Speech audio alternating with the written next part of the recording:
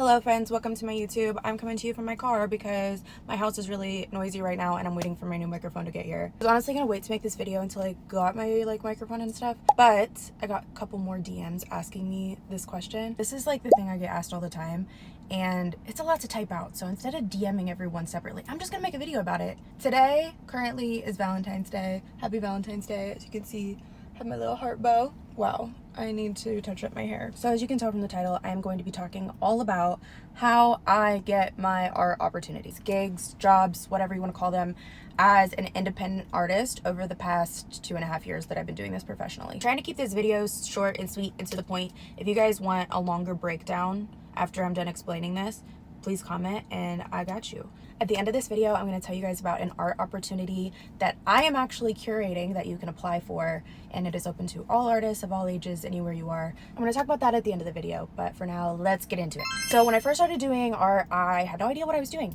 There is not really a manual for this, and to be honest with you, I'm still figuring it out. I'm still kind of taking it day by day, job by job. I've kind of dipped my toe into a lot of different areas of the art world, which I think is good for artists to do because then you kind of can get a feel of what you enjoy and what you actually like doing. I've discovered that I really enjoy public art. I love painting murals, doing installations, anything public where a lot of people are going to see art in a place that they wouldn't normally look for art is cool to me because it's like bringing the art to the people, you know? The first thing I'm going to talk about is companies reaching out to you. So this actually started for me a couple years ago. I got invited to go to NAMTA, which is this giant trade show for all the art supplies you can think of. Every art company brand is there. I actually got invited by Paint Puck, which is a brand that some of you guys might know and love. I use their products literally every single time I paint. They're a great company, a great team, love the people there. They actually found me through TikTok. So NAMTA was being held in my hometown of Columbus, Ohio. Found me on TikTok that I was in Columbus, reached out to me, we met, and I ended up doing live painting for them at that trade show, and I got to meet lots of different people from lots of different companies that I use. So that was a really unique and cool experience that I never would have thought that I would be doing until the company reached out to me. That's also how I've gotten most of my mural jobs. Me posting my art and my content on social media. Business owners have found my profile, have seen videos of my work, and reached out to me and hired me to do murals at their places of business. It's happened quite a few times now, so that is how I get a lot of jobs now, is from consistently posting and being vocal about my work. Put yourself out there. I know that it's scary and it was kind of a big hump that I had to get over when I first started my social media channels. You and your art are worthy of being seen, and I need you to get that through your head that you can't be hiding and expect jobs to just come to you. Put yourself out there because you deserve to be seen, and do not let anyone ever, in real life, online, make you think different. You deserve to be seen. Okay, so that's kind of, once you get going on social media, you know, you might have people reaching out to you, even for like commissions for paintings and things like that. I've definitely gotten a few of them that way too. The second way I've gotten some more opportunities is by me reaching out to companies. So this is gonna look different depending on what you do. So if you wanna do murals, for example, start emailing local businesses and see if they're looking for that. What I recommend, no matter what sector of art you're in, is to start local and apply for jobs that are in your city. And this brings me into my next topic, probably the biggest one, applying for jobs. Apply. So I'm actually gonna link some of my favorite sites that I look for art opportunities on in the description so that you guys can look through them and apply yourself. Art organizations, companies will post calls for art on these websites. I definitely recommend starting locally. So my local arts organization has a website that lists artist opportunities locally.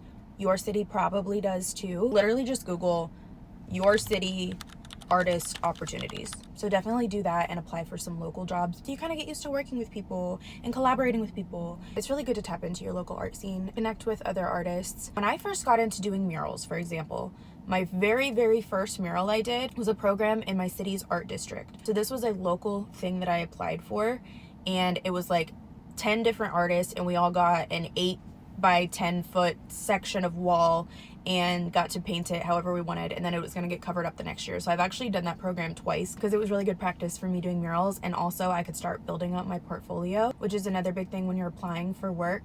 You're going to need a portfolio. So get together pictures of all of your work that you've made, everything that you're proud of. Even if you don't have that much to show yet, put it all together. This is how you're going to pitch yourself basically to people that are hiring artists. One of the sites, the cafe calls for entry site, that is actually how I got my work in an international airport.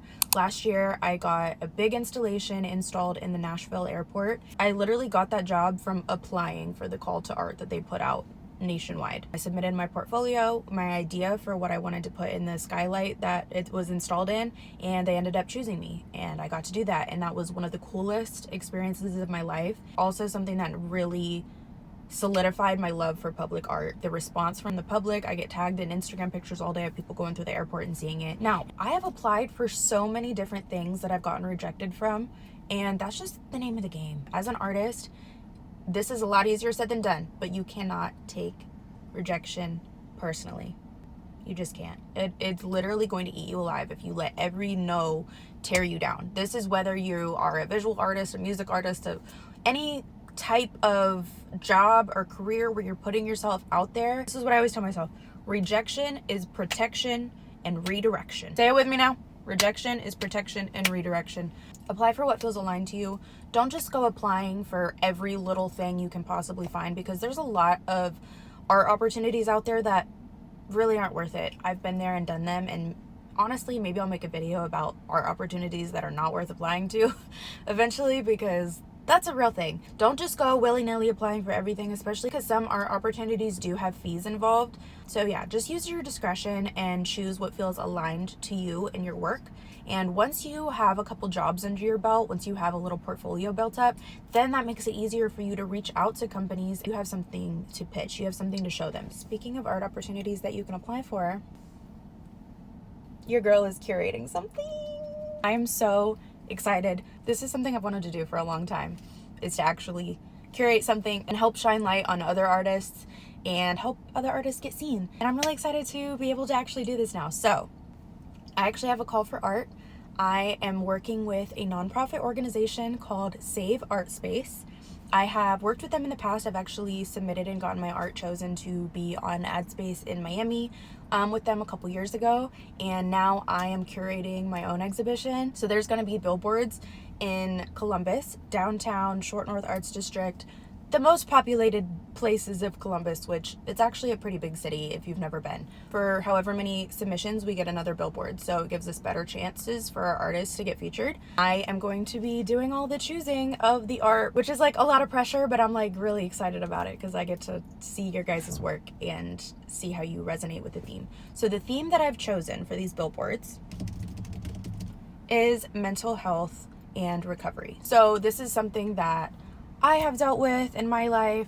Almost everybody I know has dealt with mental health in one way or another, whether that's you struggling, whether that's somebody you know and love struggling. It affects just about everybody, especially artists. I feel like we feel things very deeply and very intensely. So I want these billboards to be like a beacon of light. Say somebody's having a really rough day, they're struggling, they look up and it's like a sign that they should keep going. You know what I mean? Like that kind of vibe. If you would like to read more about the theme that I chose, read a little bit about me, and apply for it, you can go to saveartspace.com/brighter days. And that link is going to be in the description as well. I'm really excited to see all your guys' work. The call's open for another like month and a half. So it's open until the end of March 2025. Winners are going to be announced April 14th, so like mid-April. And then the billboards are going to be going up in May, which is Mental Health Awareness Month, which is like perfect, and it's also my birthday month. It's kind of a different take on public art, and having your art on a billboard would be really cool. Also, if you are not in Columbus and your art gets chosen, I will personally go get some pictures of your billboard to send to you so that you can post them on your socials and everything, because hello, having your art on a giant billboard is cool as. So each submission for that is $10. It is tax deductible. All of that money goes to producing these billboards. So I'm not getting paid for this. This is like a volunteer thing for me. But also, sorry, somebody's like looking at me. I'm not crazy. I'm just talking to my phone. I'm a little bit crazy. All right, this was my short and sweet description on how I've gotten art jobs over the past couple years. If you guys have any more specific questions or want me to make a more in-depth video on application processes or really anything that you can think of, leave a comment below. I'm getting way more active on YouTube this year, so I am all ears for video ideas. All right, guys, go find some art opportunities that align with you and your work, and I will do the same. Love you guys. I will talk to you in my next video. See you soon. Bye.